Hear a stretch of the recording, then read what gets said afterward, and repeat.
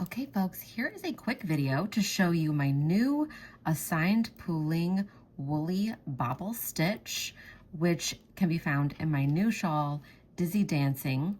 The basic idea is that whenever you come to your section with the accent color, so in my case, my background color is this beautiful kind of, tan color, and my accent color is this fuchsia color. Okay, so I'm going to work it into this brioche knit stitch, and I'm starting it a little bit early because I don't want to work it on the edge here.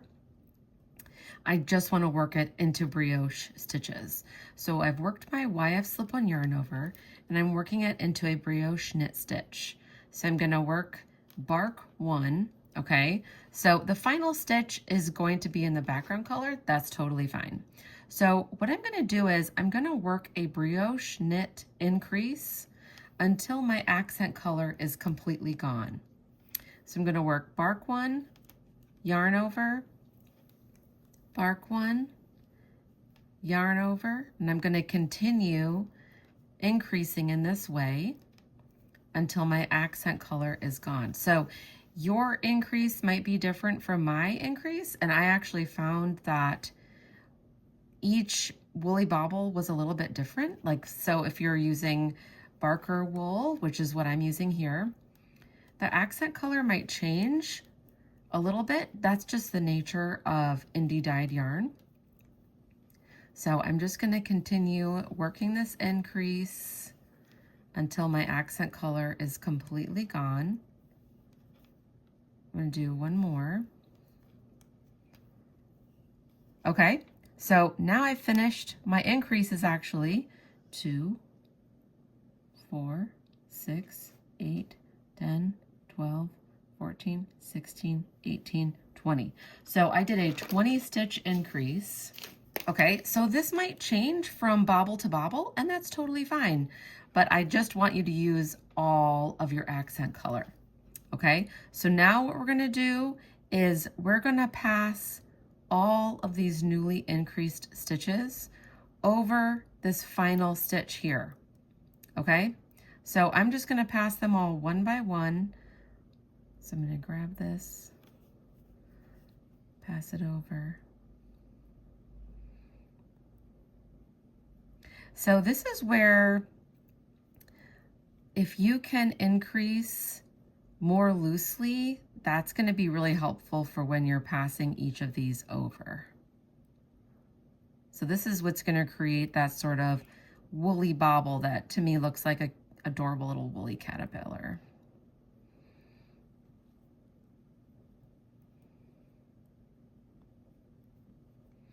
And you'll just increase, pass all of these over one at a time. And it's going to look the prettiest if you can try and do it as evenly as possible. I had a few that were like a little bit slappy. That's totally fine. You'll kind of find your rhythm. So there's going to be a couple that aren't in the same accent color. So there you go. It's finished right here. I'm going to finish my row.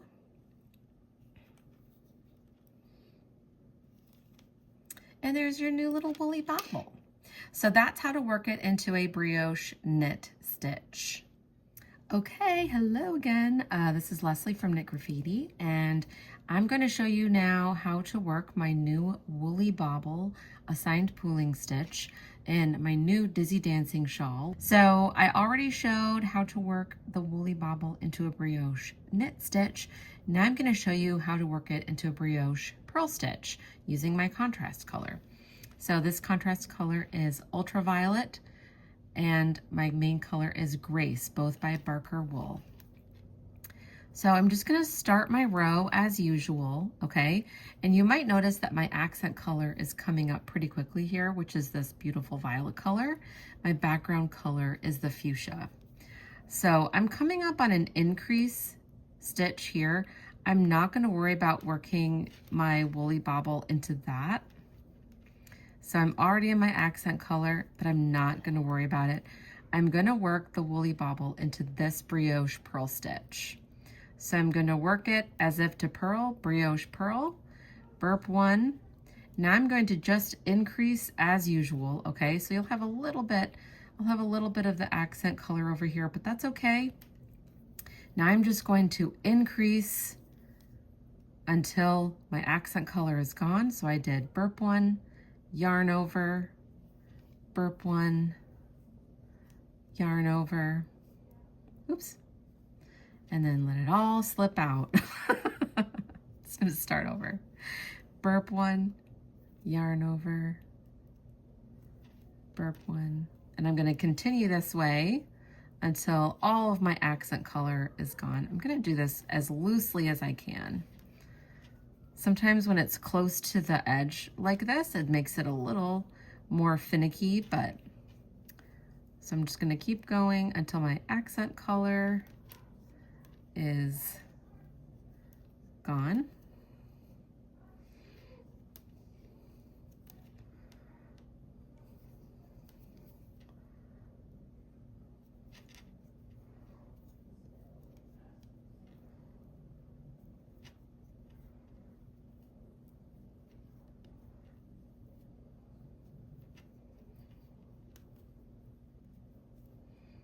Almost gone.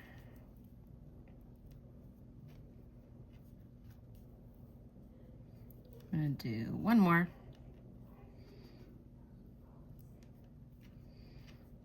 Okay, now I am done with my increase.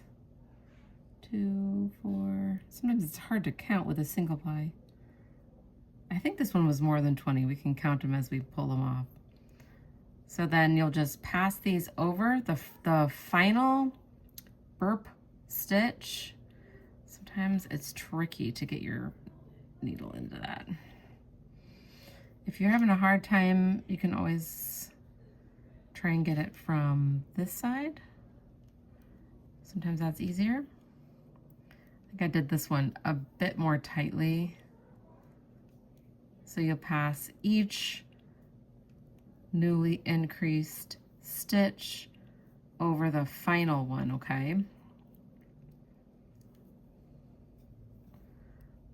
So while you're working your shawl, you may actually come to a burp stitch before you come to a bark stitch. So you never know which one's gonna come first. So you'll just continue. So when this one is complete, it's going to show up on the contrast side, okay? So whenever you create one of the baubles using your contrast color, you want it to be featured on the contrast side of the shawl and vice versa. The main color would be on the main side. And they're gonna kind of peek through a little bit on either side. This one was a bit tighter, was a bit trickier to, okay, I have 2 more.